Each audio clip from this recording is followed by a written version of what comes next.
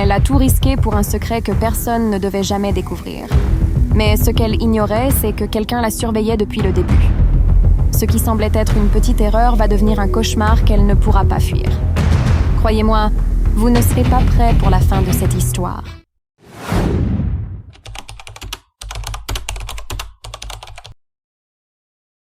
Amina était la star de l'Académie royale des jeunes filles, une école réputée pour ses exigences élevées. À 16 ans, elle se distinguait par sa beauté éclatante et par son intelligence. Amina avait toujours été la meilleure de sa classe, travaillant dur pour conserver son statut de première de la classe. Chaque jour, elle se levait tôt, mettait son uniforme scolaire impeccable et se rendait à l'école avec détermination. Ses cheveux noirs, longs et soyeux, étaient toujours soigneusement noués en une tresse et son visage rayonnait d'une beauté naturelle qui n'avait besoin d'aucun maquillage. Quand elle passait les portes de l'école, tout le monde la regardait et chuchotait. « Regardez Amina », disaient les autres élèves, « toujours parfaite, toujours la meilleure ». Mais Amina ne se préoccupait pas de ces commentaires, concentrée uniquement sur ses études. En classe, elle s'asseyait toujours à l'avant, absorbant chaque mot des enseignants avec avidité. Elle était la première à lever la main pour répondre et ses réponses étaient toujours exactes. Cependant, la beauté d'Amina devenait une distraction, même pour les enseignants qui étaient souvent distraits par sa présence. Monsieur Diallo, le professeur de mathématiques, bégayait souvent quand il lui expliquait des exercices. Madame Connet, la professeure de littérature, ne pouvait s'empêcher d'admirer la clarté de son écriture et la profondeur de ses essais. Malgré toute cette attention, Amina ne réalisait pas l'effet qu'elle avait sur les autres. Après l'école, pendant que les autres élèves partaient chez eux ou allaient à leur club, Amina restait dans la salle de classe plongée dans ses livres. Un soir, alors que le soleil se couchait, projetant de longues ombres dans la classe vide, Amina était absorbée par son livre de littérature. Elle ne remarqua pas quelqu'un entrer. « Amina, tu es encore là ?» appela une voix. Amina leva les yeux et vit Safia, une camarade de classe, debout à la porte. « Salut, Safia », répondit Amina avec un sourire. « Oui, je finis juste quelques lectures de plus. » Safia s'approcha du bureau d'Amina, observant la pile de livres. Elle secoua la tête et rit doucement. « Si j'étais aussi belle que toi, » dit Safia, « je n'aurais pas besoin de travailler autant. Tu pourrais facilement obtenir de bonnes notes sans faire tous ces efforts. » Les sourcils d'Amina se froncèrent. « Qu'est-ce que tu veux dire par là ?» demanda-t-elle. Safia eut un sourire malicieux. « Tu n'as pas remarqué comment les enseignants te regardent, surtout Monsieur Diallo et Madame Connet? Tu pourrais probablement réussir sans travailler autant. » Amina était surprise. Elle n'avait jamais pensé à utiliser sa beauté pour son avantage. « Mais ce ne serait pas juste, » protesta-t-elle. Safia haussa les épaules. « C'est juste une idée. »« D'accord. Je rentre à la maison, maintenant. Ne reste pas trop tard, d'accord ?» Après le départ de Safia, Amina resta là, son esprit tourbillonnant avec cette nouvelle idée. Elle avait toujours cru en l'effort et l'honnêteté, mais peut-être que Safia avait raison. La vie serait-elle plus simple si elle exploitait son charme? Avec cette pensée en tête, Amina rangea ses livres et rentra chez elle. Les rues étaient calmes, éclairées par la lumière douce des lampadaires. Elle ne pouvait oublier les mots de Safia et pour la première fois, elle voyait sa beauté comme un atout potentiel. Arrivée chez elle, ses parents l'accueillirent avec des sourires chaleureux. Ils étaient fiers de sa réussite et l'encourageaient toujours à étudier. Mais ce soir-là, Amina était distraite. Pendant le dîner, elle était encore préoccupée par la suggestion de Safia. Dans sa chambre, au lieu de lire comme à son habitude, Amina se planta devant son miroir. Elle examina son reflet, notant sa peau claire, ses yeux brillants et ses traits délicats. Était-elle aveugle à l'influence qu'elle possédait? Cette nuit-là, en se couchant, Amina prit une décision. Demain, elle essaierait quelque chose de différent. Elle verrait si Safia avait raison sur le pouvoir de son charme. Le matin suivant, Amina se leva plus tôt que d'habitude. Devant son miroir, elle hésita un instant avant de sortir son maquillage, un cadeau qu'elle n'avait jamais utilisé. Ses mains tremblaient. Elle appliqua une légère touche de maquillage, un peu de blush et du gloss. Elle laissa ses cheveux flotter autour de ses épaules. En entrant dans le bâtiment de l'école, elle sentit immédiatement la différence. Plus de regards que jamais se tournaient vers elle, et les murmures étaient plus forts. Même certains enseignants la regardèrent à 2 fois en la voyant passer. Pendant le cours de mathématiques de M. Diallo, Amina décida de tester la suggestion de Safia. Quand le professeur annonça une interrogation surprise, Amina fut prise de panique, n'ayant pas révisé. Mais elle se rappela les mots de Safia. Alors que M. Diallo collectait les copies, Amina le regarda et lui sourit doucement. « Monsieur Diallo ?» dit-elle doucement. « J'espère avoir bien réussi ce test. J'aimerais vraiment garder mes bonnes notes dans votre cours. » M. Diallo parut troublé.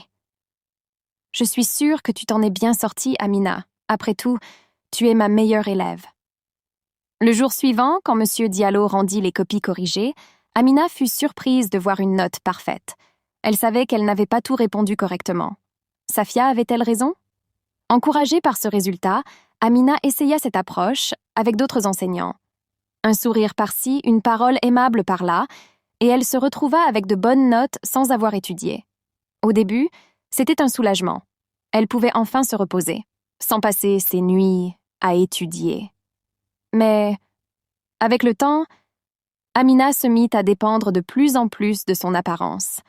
Elle travaillait moins, persuadée qu'un sourire ou un clin d'œil suffirait à la maintenir en tête de classe.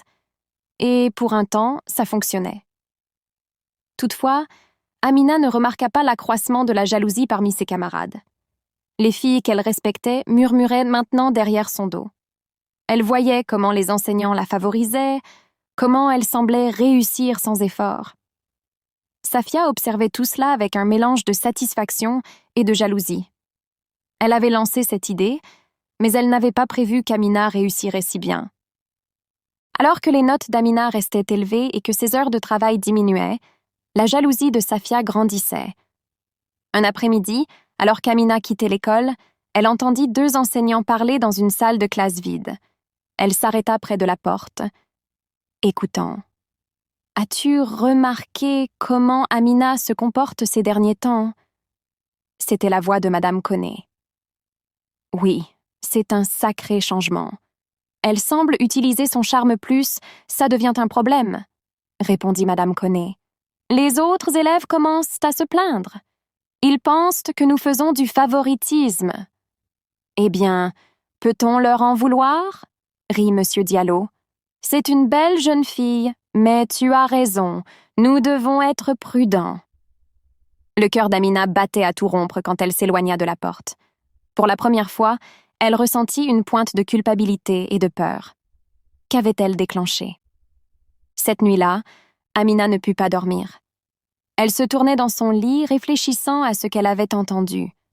Les enseignants avaient remarqué son comportement et semblaient attendre quelque chose en retour de leur faveur. Ce n'était pas ce qu'elle avait prévu en commençant cette expérience. Le lendemain à l'école, Amina se sentit mal à l'aise sous le regard de ses professeurs.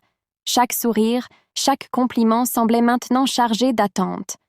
Elle réalisa qu'elle avait ouvert une porte qu'elle ne savait pas comment refermer.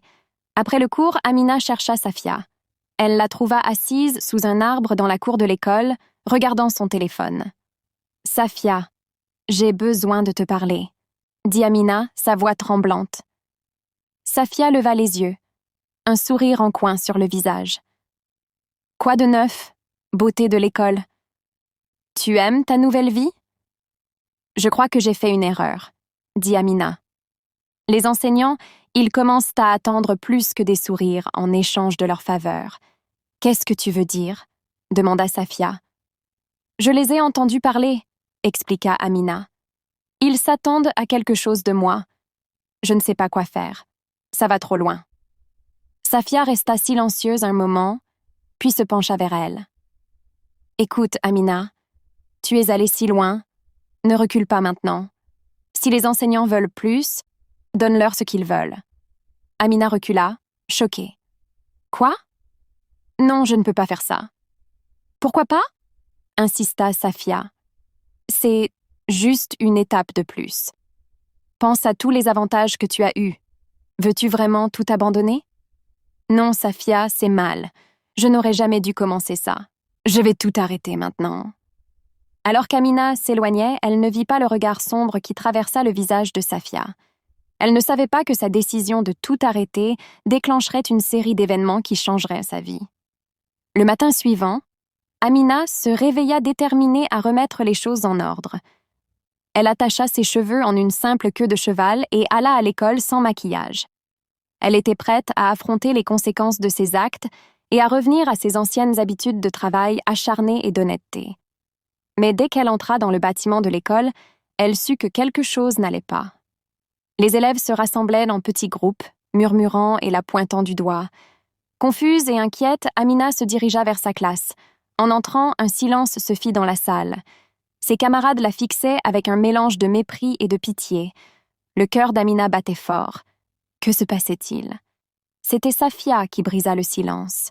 « Eh bien, regardez qui voilà » dit-elle à voix haute. « Si ce n'est pas notre petite chouchoute des professeurs, ou devrais-je dire, la petite tricheuse. » Amina eut l'impression de recevoir une gifle. « De quoi parles-tu » demanda-t-elle d'une voix tremblante.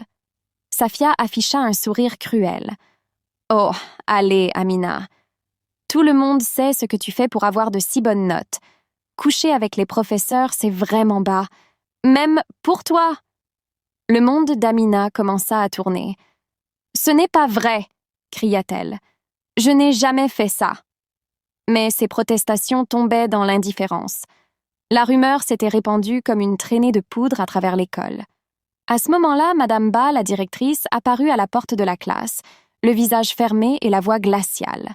« Amina, viens immédiatement dans mon bureau. » Amina suivit la directrice à travers les couloirs, sentant tous les regards sur elle. Des larmes montaient à ses yeux. Dans le bureau de Madame Ba, la directrice ne perdit pas de temps. « Amina, j'ai entendu des rumeurs très troublantes concernant ton comportement avec les enseignants. C'est une accusation grave, mais ce n'est pas vrai, » implora Amina. « Je n'ai jamais fait une telle chose. Oui, j'ai essayé d'utiliser mon apparence pour obtenir de meilleures notes, mais je n'ai jamais été plus loin que ça, je le jure. » L'expression de Madame Ba resta dure. Que ce soit vrai ou non, le mal est fait. Les parents menacent de retirer leurs enfants si tu restes dans cette école. Tu es devenue un problème pour nous, Amina. Le sol semblait s'effondrer sous ses pieds. « Qu'est-ce que ça veut dire ?» demanda Amina, la voix tremblante. « Cela signifie, » répondit Madame Ba avec un soupir, « que nous n'avons pas le choix de t'expulser de l'Académie royale des jeunes filles. » Le choc fut comme un coup physique, expulsé. Son dossier impeccable, ses rêves de terminer en tête de sa classe, tout s'effondra en un instant. En sortant du bureau de la directrice, son monde en morceaux, Amina vit Safia dans le couloir, un sourire narquois sur les lèvres. À ce moment-là, Amina comprit l'ampleur de la trahison de celle qu'elle considérait comme une amie. Les jours suivants furent un mélange de larmes et de disputes. Les parents d'Amina étaient dévastés par la nouvelle de l'expulsion. Ils ne croyaient pas aux rumeurs, mais ils étaient en colère et déçus qu'Amina ait essayé d'utiliser son apparence à son avantage. « Nous t'avons élevé mieux que ça », dit son père, avec une voix lourde de déception. Sa mère, plus pragmatique, dit « Nous devons te trouver une nouvelle école. Tu ne peux pas laisser cet échec ruiner ton avenir. » Après plusieurs jours de recherche, les parents d'Amina réussirent à l'inscrire dans un lycée public, loin du prestige de l'Académie royale. Devant les portes de ce nouvel établissement pour son premier jour, Amina se sentait comme une personne différente. La confiance de la meilleure élève avait disparu, remplacée par une fille perdue et abandonnée. Mais en prenant une profonde inspiration et en franchissant les grilles de l'école, elle fit une promesse silencieuse. C'était sa deuxième chance. Une chance de prouver qu'elle était plus qu'un beau visage, une chance de montrer au monde, et à elle-même, qu'elle pouvait réussir par ses propres mérites. Mais tout bascula lorsqu'Amina trouva une lettre glissée dans son casier signée d'un mystérieux A. Le contenu de cette lettre révéla un secret sur sa famille qu'elle n'aurait jamais imaginé. Abonnez-vous pour découvrir ce qui se cache derrière cette révélation et comment Amina fera face à ce choc inattendu. Dites-nous en commentaire depuis quel pays vous suivez l'histoire d'Amina.